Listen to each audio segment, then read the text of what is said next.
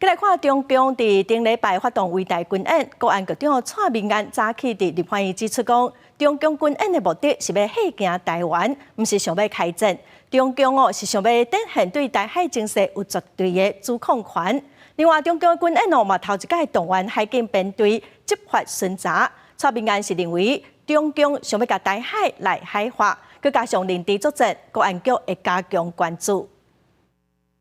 总统大清德一上任，中共就发动围台军演，相关台海紧张局势。国安局长蔡明安表示，中共对台针对性军演，目的是恐吓台湾，毋是开战，展现对内宣传、对外宣示有台海的绝对主控权，同时操作领地作战。一个部分是以美怀疑美国能够来协防台湾的能力；第二部分是所谓的疑军，质疑台湾的国军有自我防卫的能力；那第三个就是所谓的依赖，质疑我们的新总统有管理两岸关系的能力。针对中共军演，第一摆动员海警编队伫台海甲离岛巡查，蔡明安认为，中共展现伫台海主导权、管辖权，想要将台湾内海化。另外，6月开始是中共军演的热季，国安局分析。共军台海军演恐惊加向常态化，建立台海新现状。6月到10月，甚至有时候到11月的第一周，是中共例行军演的热季。那这个阶段会不会再有相关运用常态例行的军演，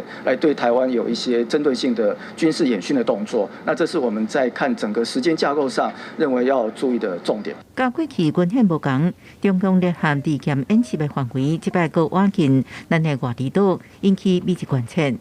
中共透过实施海上封锁，用真紧夺取台湾离岛。立委追问，中共是不是有可能操作中间地带冲突，截断离岛的通信？去截断了我们台马之间的海底电缆，已经有20几次的次数哦，那次数非常的一个频密。那所以，假如说透过一个海底电缆的一个截断的方式，那确实会对于我们海岛外离岛的一个通讯的安全造成一些危害。针对美国智库学者阿尔佩洛维奇事件，中共1点钟内就有武力犯台，美国恐惊未负反应。蔡明安表示，对中共各种犯台风险，甲国安单位、国防部拢进行密切联合真干净的动作，结合相关态势言行。记者综合报道。